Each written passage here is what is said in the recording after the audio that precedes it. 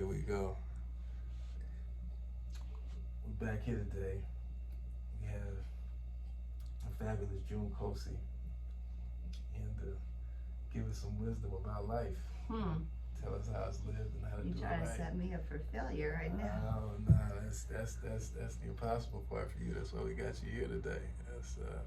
We want you to share some of your secrets and your wisdom from your experience in life. And just wanted to ask you a few basic questions to try to, see if we could extract some nuggets just from what you've seen in your journeys. And I'll start with, maybe a little outside the box question. This is, it's like that comic that got the dinosaurs, right? Hopefully not that bad. But tell me your opinions and your thoughts on the slap. The slap? The slap. Are you talking about Will Smith? From what I've heard in the public eye, you have a controversial opinion on, what happened and where the slap. We can just call it the slap now. Okay. Just call it the slap. Good. It lives in infamy to this point where we can just call it the slap. Infamous it is. Okay, well. Ooh, okay. I believe, just to start as a commentary on Hollywood in general, we see these celebrities coming into these altercations that are highly publicized, controversial, and that sort of polarize the audience in such a way that can either be beneficial or detrimental to a person's career. Usually beneficial. That's why sometimes they're referred to as publicity stunts. This was not a stunt, however. This was a genuine act of protest. It was a display of, this is what I believe in, this is what I stand for. And I do not stand for what you're standing for right now. And to that effect, I believe it was beautiful because it was honest. And all honest things are beautiful in a way. So what about the violence part of it? You're outspoken in how you feel about the physical violence and how it feels in the world. Like, where do you find the balance in that? That's, well, yeah, and maybe that's. And that's the basic criticism of what it was, because the physicality of it was unnecessary. Not that there can't be beauty in violence. I mean, we're gonna watch a UFC fight together one day. Right. Well, but in a UFC fight, what makes that different from any form of abuse is that it's consensual. Yeah. Those two people came into the ring. They signed a contract. They planned it. They knew it for weeks. They were going to go into that ring together. They chose to go into that ring together. It's the consent. They'll be pissed if they don't. Right. The consent makes a UFC fight different from someone getting, smacked who wasn't expecting to get smacked, in that moment. So, we're talking about Chris Rock and Will Smith. Contract. Right. Did he deserve it? I don't think that's the question you're asking me. No, I'm not asking that. Right. But did he? Perhaps that's the question you're asking me, which by all means I shall be a vessel. That's what this podcast is for. What was silly to me was the response that it got.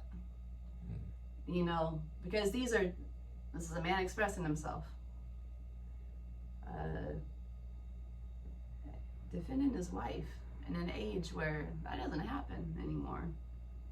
What man defends his wife in this day and age? What person even stays married for as long as these two people have been married? Who even believes in marriage anymore? This man does. He believes in marriage. He believes in defending his wife's honor.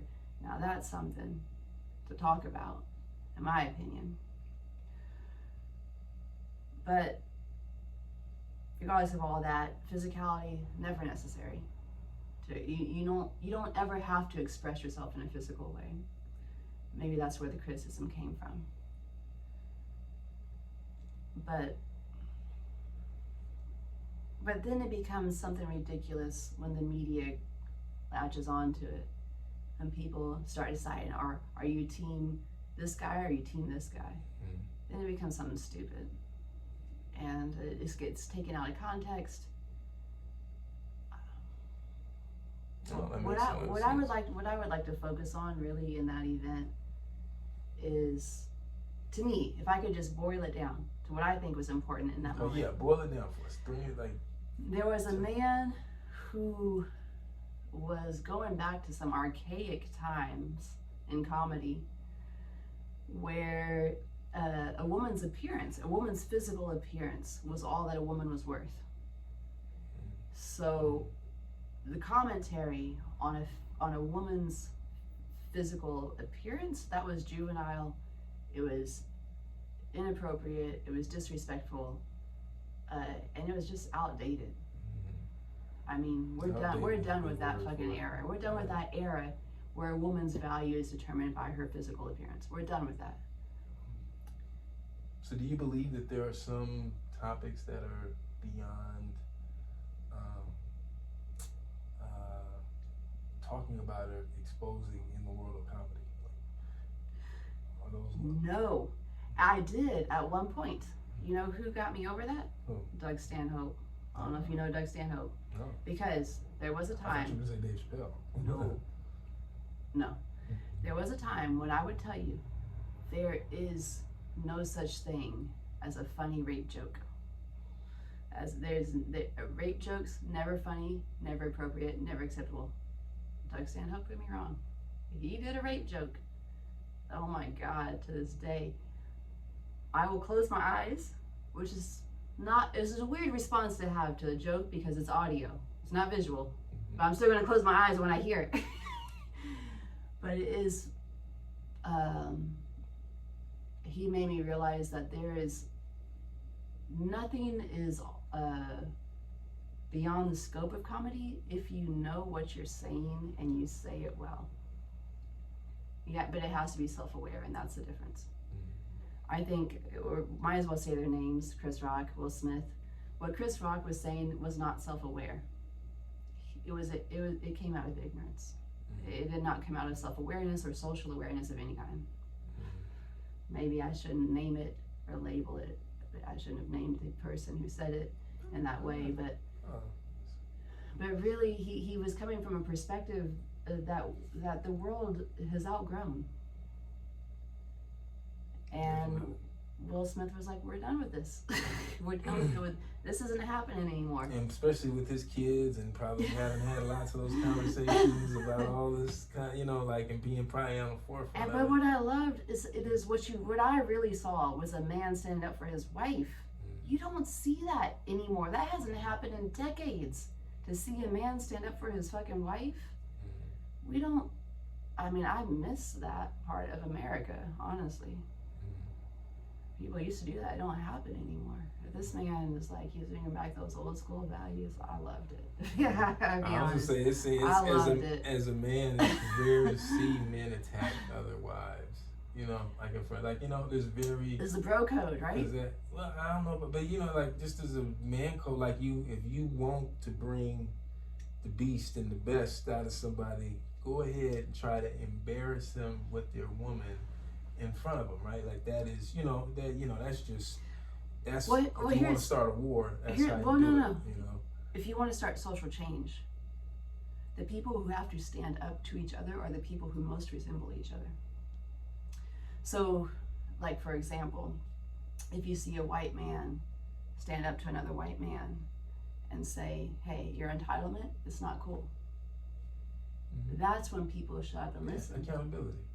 Well, but being held accountable by somebody who looks like you, exactly. Someone in your peer group, someone who looks like you says, no, this is not okay. Yeah. That's what has to happen. And that's what did happen with that slap. He was like, nah, man, this is not cool. Yeah, so that's some accountability. I like that. This right here is why you need to reconsider the way you look at everything in the world. And the more you hear from the Mystic Magic June Cat, the more you'll know. We're gonna take a commercial break until our next fly topic coming up soon.